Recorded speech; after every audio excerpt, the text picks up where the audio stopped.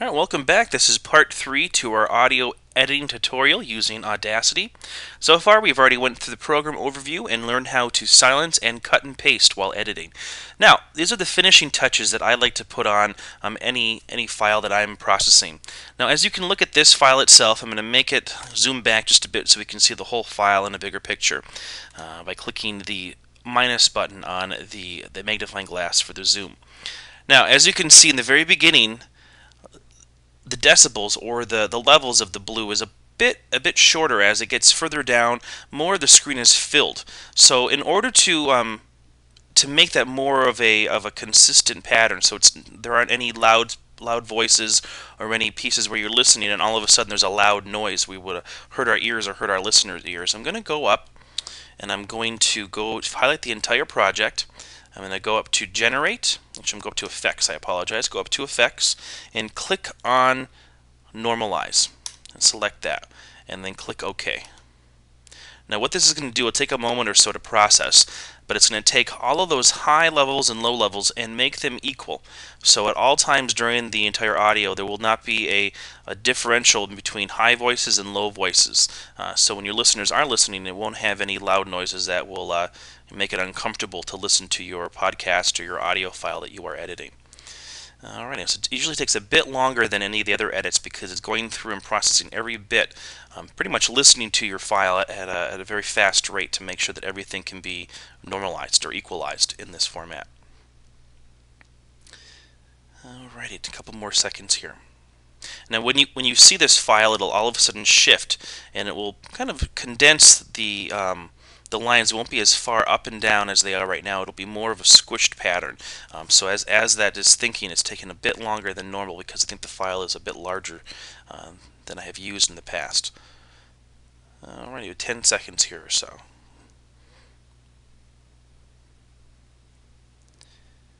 Alrighty, the final countdown.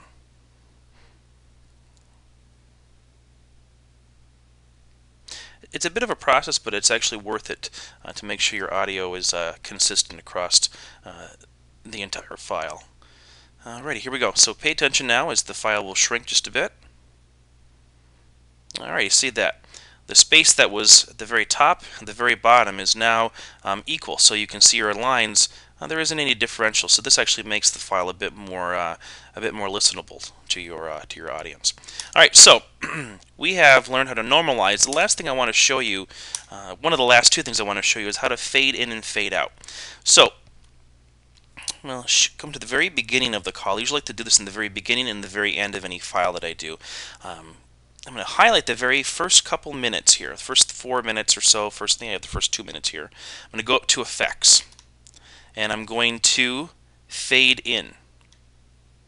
And what that's going to do is you're going to notice it'll make it a more gradual fade in. So it won't be all of a sudden you'll have a loud noise. It'll gradually allow their ear to get used to that volume and increase it slowly. Now the same thing will happen if you go up to Effects and were to do fade out. If you were looking at possibly fading two different sorts of audio together, or if you wanted to do the same effect at the very end, let's just for the sake of argument, let's do that at the very end of our audio file as well, so you can see what that looks like. I'm going to highlight the very last couple of minutes, go up to Effect, I'm going to do fade out. It'll process a second, and then you'll notice it'll just fade off to the very end of the audio. Okay. And the very last thing to show you here is we're going to, say for example, here at ICA we like to add at the very beginning of our calls an introduction that has been pre-recorded that we use for all of our classes. So I'm going to go up to Project.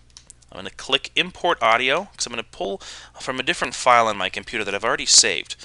Right here, it's actually Kurt's lovely introduction with some music in the background. And it's going to layer that audio.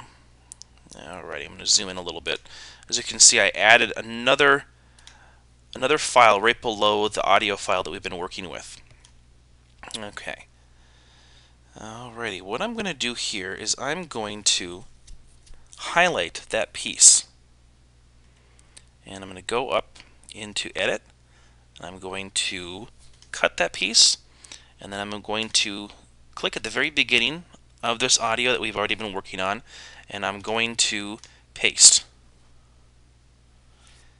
Alrighty. So just created that audio right at the very beginning, so it goes about from here I can see here from here until there, and then it goes into that audio that we've already edited together with that gradual transition or that fade in. So then we have our project that we have saved. I'm going to go into File. I'm going to go into Save or Export as a WAV file. Now, a little bit about WAV files and MP3 files. A WAV file is a little more detailed.